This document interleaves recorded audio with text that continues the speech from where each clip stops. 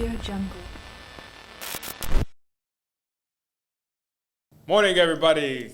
Chimo, how do you feel about this monumentous occasion? Oh my God, I feel like I'm in Hollywood, dog. Yeah? Hollywood, bro. Behind the scenes and everything. Bruh. Nah, it's a madness, man. No lie, it's a madness. Episode 10, you know, it's been a journey. It is. It's like been. you said, I'm proud of you, proud of us. It's interesting. It's amazing. We came a long way. And there's more to come. Of course, don't forget, guys, you can follow us on Instagram. I'll put the link somewhere over here. Better be pointing the right place, bro.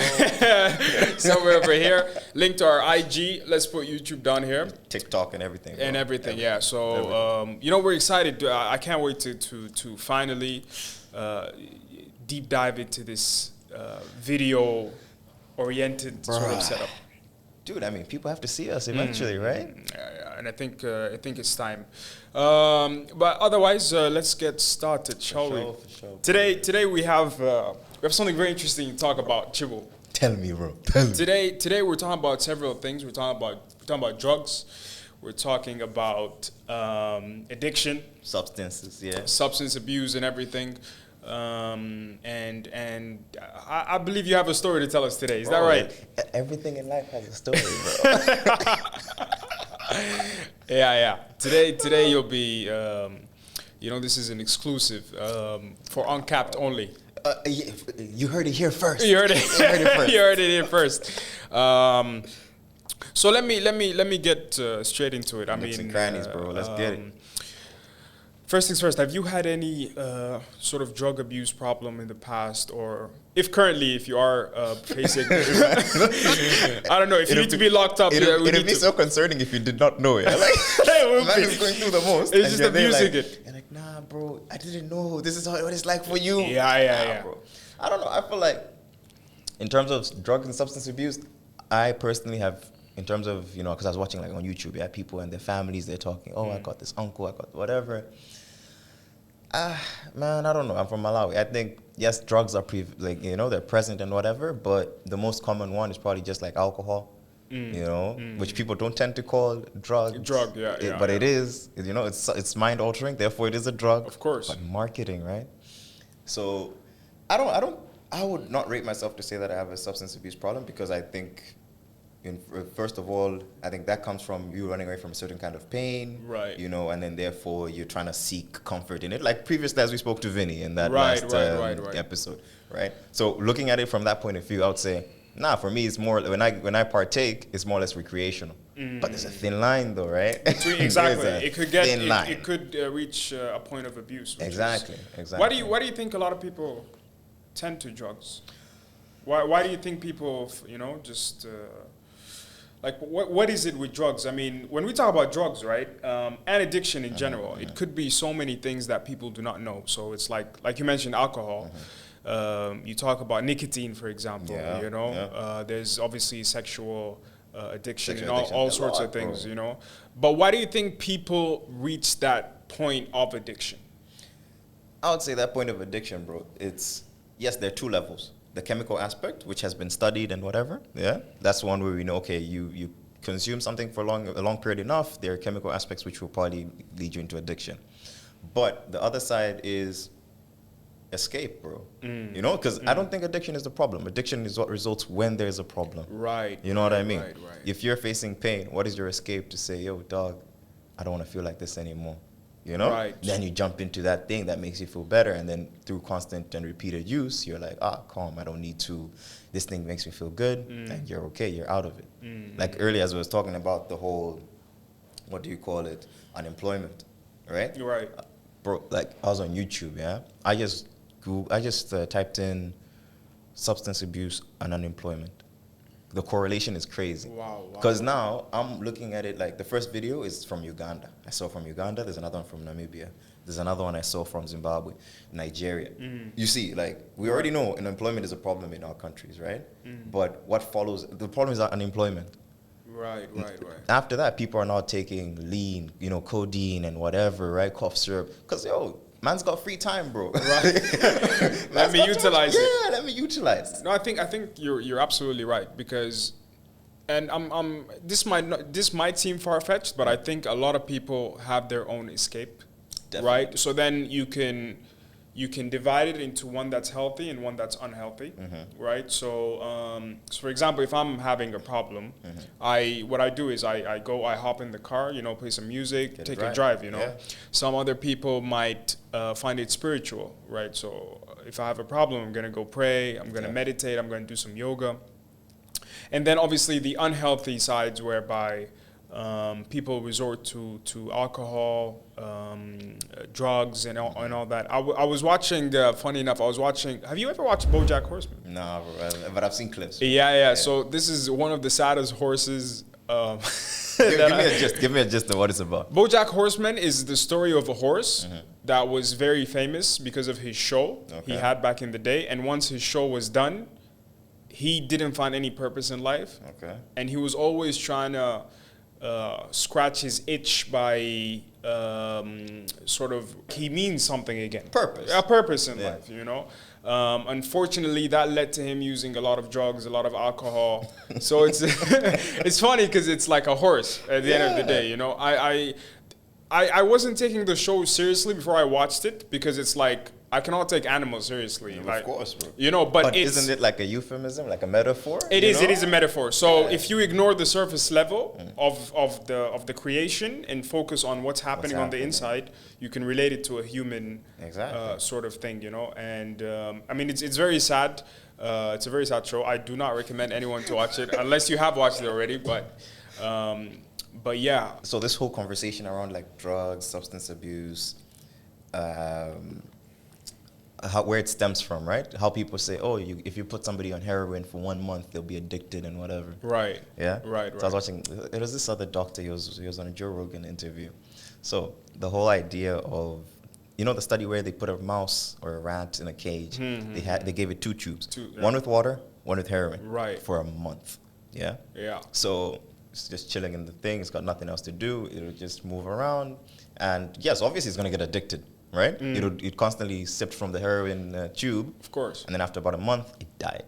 Then that's where now, and that was done like back in 18-somethings, 19-somethings, early, bro. Right? So that's where conversation comes from. Oh, drugs are bad. You get addicted, you die. That's one side. But then now another doctor came through, right? He did the same study with something which is called he made a rat utopia. He called it rat park. Right. So he had all the elements of what a rat considers meaningful in its life. So it had other rats to chill with, it had all the cheese it could want, it had a spinning wheel, all these balls and whatever, colorful, right? It has more things to do than the other rat, which was just chilling in there with either water or heroin. Guess what I'm going to choose, bro? You know what I mean? Yeah. So this study now went and said, yo, you guys, this is the same thing. Okay, it's correlating to humans, right? If you're put in an environment where you're lacking purpose, lacking things to do, or connections, right? Put simply connections, you will get addicted. You're going to resort to something else. Yeah, because the main leverage of that study is about 90% of people who partake in drugs or substances partake it for recreational use. It's the 10% who are actually addicted. You know what I mean? Who are dependent on it, which is crazy because you're looking at it when you think about people who are doing, I don't know, cocaine, bro. Bro, in the UK, bro, cocaine is like a given, It's and most of those people, Wall Street, bro, people on cocaine. Of course, functioning, of course, right? Of course. Because they got other elements in their life that are happening. They got sex, they got money, they got friends, right? The lifestyle. Right. Therefore, even they found that in the same study, they still had the same water and cocaine and heroin. The rat would occasionally go for that, for the high, but the rat lived and it chilled with friends. It had all the, it did all the things. Ran on the wheel, sex, and everything. It was active. So meaning that the problem is not necessarily just drugs are bad and this. It's inactivity. It's inactivity, bro. It's a lack of purpose. Like you said, BoJack Horseman, right? He needs purpose. Therefore, he's trying to find it through these escapes, which are leading into something else. Yeah. I think even if certain drugs that if they were available, I wouldn't indulge in them because there's a fine line between having something for recreation and then suddenly getting addicted to it. Like, for example, the people that do it for the sake of their enjoyment, how do you then say, okay, I'm not going to get addicted to this? Because it's a trap, right? It's a trap. You're just walking and then all of a sudden you fall into this trap where it's like, oh, shit. instead of me taking it on a Friday or a Saturday occasionally, it's become a part of my life. You understand? So I think that's when many people get caught up in them doing it for the sake of their leisure, and then all of a sudden it's like, oh man, even if they do have purpose. So you mentioned Wall Street, right? So I've watched The Wolf of Wall Street, and I watched several interviews with this guy, Jordan Belfort, and then he talks about him like genuinely waking up earlier than his wife to take opioids before, you know, and then, you know, after that he takes them again and again and again and again, even though he has so much purpose, he has so much money, but then it became from something that he does from time to time into something that's just become a part of his life. You know what I mean? And addiction it's difficult. But based on that, does he ever dive into why? It's the feeling that you get. So I think with most cases, there's of drugs that you use, there's a lot of dopamine rush and a lot of serotonin and all that happy feel chemicals. So once your brain is used to this, like this state of mind, you constantly want to take it. Let me give you a counter to this, another study. So this is based off of so heroin. You know how for example, my brother, when he went to the hospital when he was having some operation done on him, they give you morphine. Right. Morphine is technically the clean version of heroin, right? So this doctor, he says that why, like, okay, if this is the case, looking at the chemical aspect alone, that you take heroin for a month, you're gonna get addicted. Looking at senior citizens, how they get their hip replacement, how they're constantly in the hospital, in and out. Constantly they are put on what? Morphine. Right. And that's the good stuff. It's pure compared to what you find on the streets, right?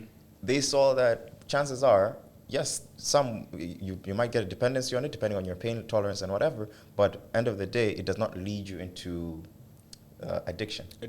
Why is that? Because, you know what I mean? Like this person, you're in pain, you've been on majority of their lifestyle, or I don't know, senior citizen life, they're on this, right? They are on this, but I think it's, obviously the purpose is different, right? So you're in pain, and you're just taking this drug to sort of numb the pain. No, but then looking at the chemical level alone, if you're constantly on it, you know, okay, point A, you're always on it, therefore, for a long period of time as well, now, automatically the assumption used to be what? You should be addicted.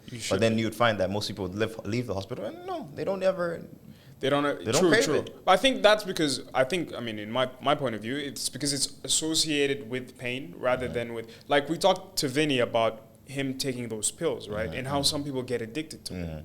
So I feel like once the pain is gone, then people start using them for other reasons. Exactly. Okay, let me ask you this way so that we can start the conversation in a nice way. What are some of your recreational activities? A podcast. To be quite honest with you, the things that bring me joy in life aren't much. Yeah. Right. That's sad. Yo, I could send help.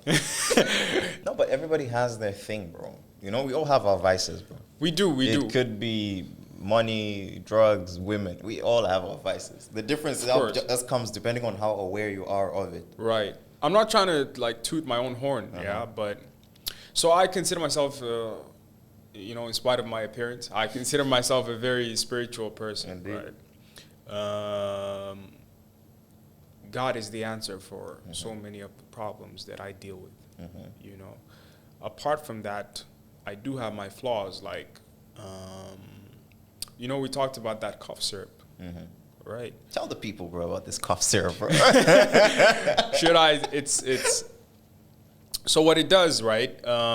It's a sedative, basically. So lots of times I find myself unable. Now I don't use it often, by the way, just so you know. And you know this about me. Like, like I only take it occasionally when I need to. Yeah. Like maybe once or twice a week. Because my brain is chatty at night. Like it has conversations. It's like, now we got time. Now let's think about what you did when you're 4 years old. I swear to God. Or what's going to happen in your life when you're 40 or 50 or do you have your life together? This and that. Yeah. So it's like, okay, scratch that. I'm not having any of this. Got it. Let me consume a little bit of this. you know, this purple syrup. Ask your question, bro. Because I got a story so that I can help somebody. Yeah. To help somebody. So, guys, this is an exclusive, never heard before. I'm not sure even if I know the story. Bro, you were there, bro. What do you mean? I was just hyping it up, you know, like. Oh, acting surprised. First, I'm like, what, Chimu? That happened to you? Are you okay?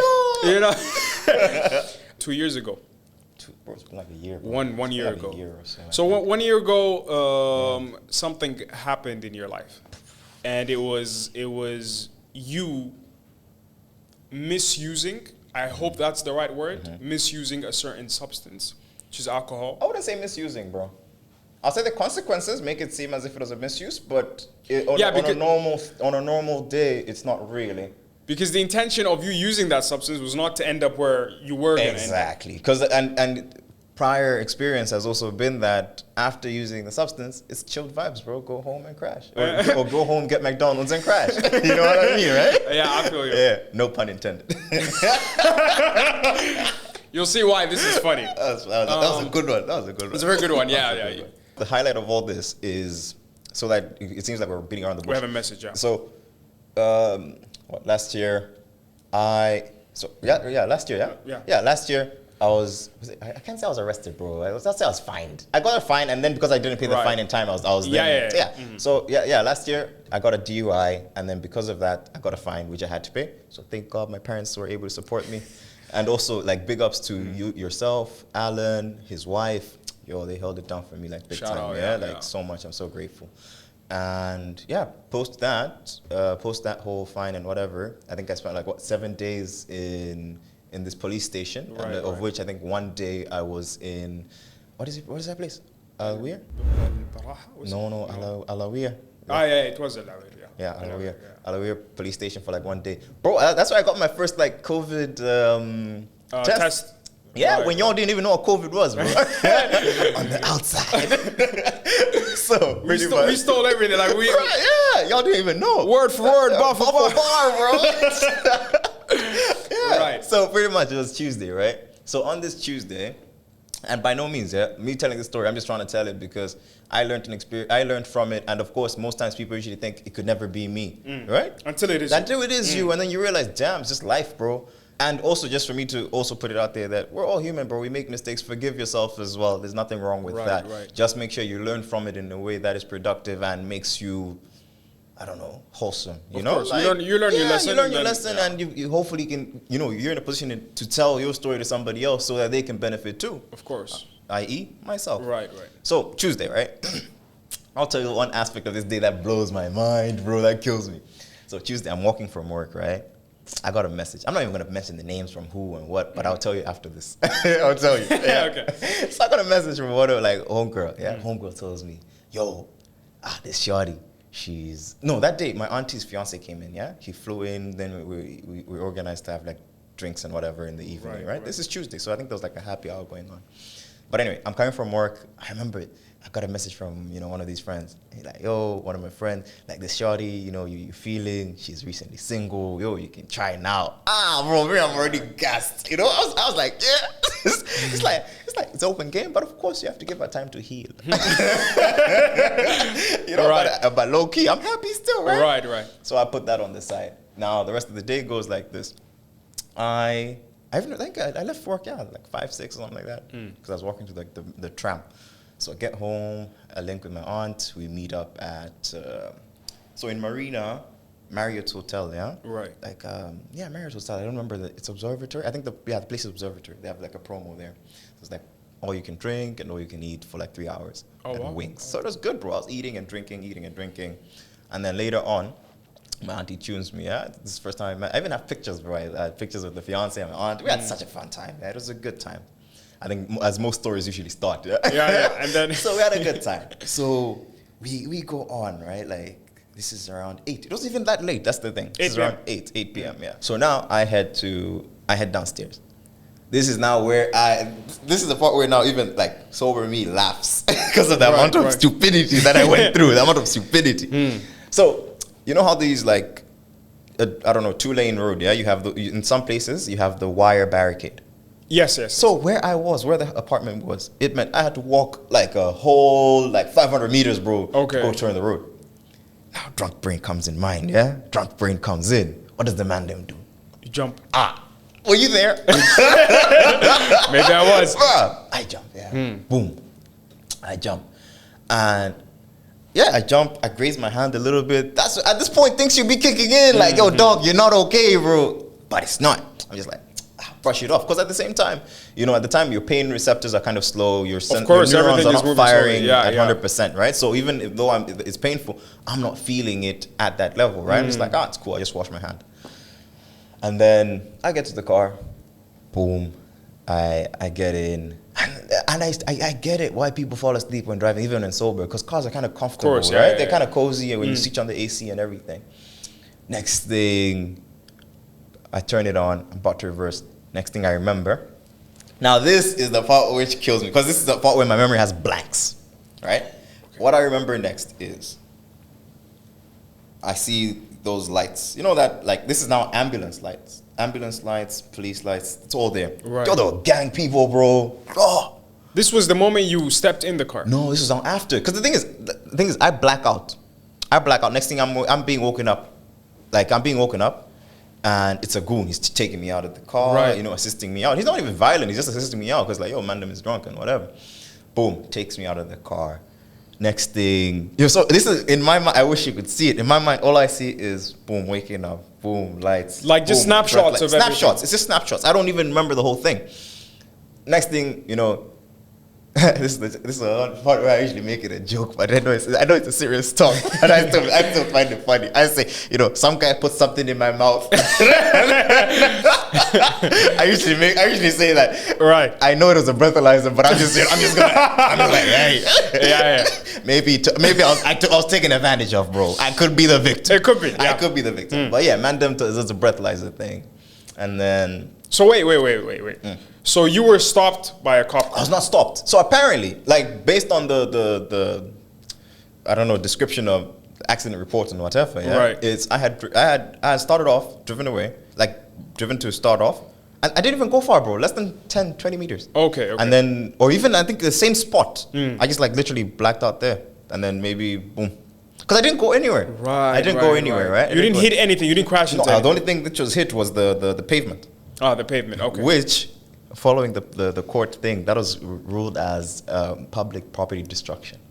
Are you serious? I'm telling you, bro. I'm telling. I'll show you the report. It's in Arabic. I haven't shown you. No, I haven't seen it. I showed it to Sama. But anyway, so this happens, right? Boom. These guys. So snapshots. Boom, boom, boom. Next thing, I wake up again. This is now around, I don't know, in the AM, 7 or 8, right? 7 or 8. I'm waking up and I'm seeing, yo, I'm in a police station. I was just sitting at a police station like this, yeah? And then from there, I'm like, yeah, damn it, what happened? You know, I even remember I have a picture I sent to one of my boys because my phone is about to die. So I'm like, yo, I'm at the police station in case, you know, you don't hear from me or whatever. That happens. Boom. And this is happening while you had work. In that morning, bro. Now it's morning, right? I'm supposed to go to work. Yeah. Now wow. I'm just like, hey, I'm probably just gonna get booked and then they can let me go. Right. Not knowing the whole proceeding. Right. So they put me through the whole spiral. I left I left my phone, left my wallet. They put me in holding. So that's where I ended up spending about 7 days. Right. And then constantly that's when you would come in as well, try and get Yeah, access, exactly. and then they would not let you. I thought, my mindset was like, yo, I'm not gonna spend that much time here because worst case, you know, this was up. Luckily, I was able to call my dad the next day. Then from Malawi, I was able to speak to, like, you know, based on this, yeah, I now spent, I saw people coming in and out, yeah, because I was like, yo, tomorrow I'm going to head out. Tomorrow I'm going to head out. And then, boom, week ends, bro. Wow. The week ended. At this point, I think I had spoken to Fahad. I got my auntie's number. Then I spoke to Fahad. And at that time, I think my auntie had traveled. She went on, so, because now you're wondering, what happened to my auntie?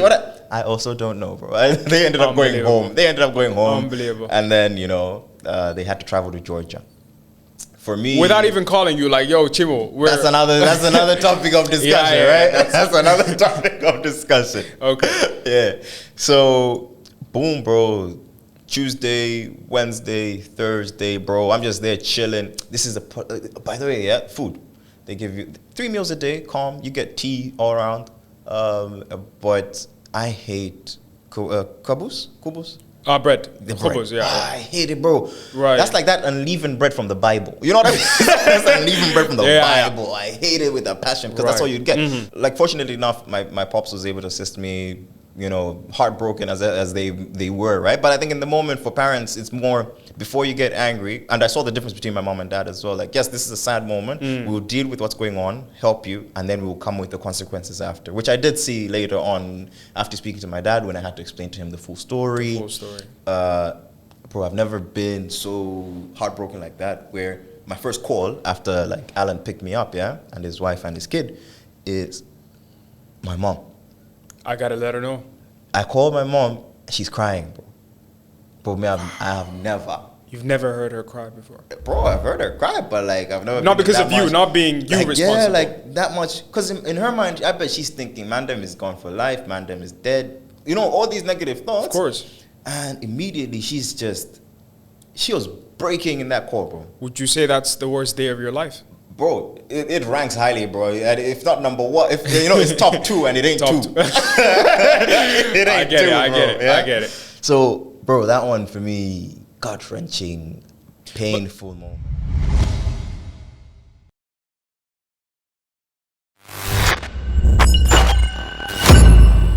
Audio Jungle.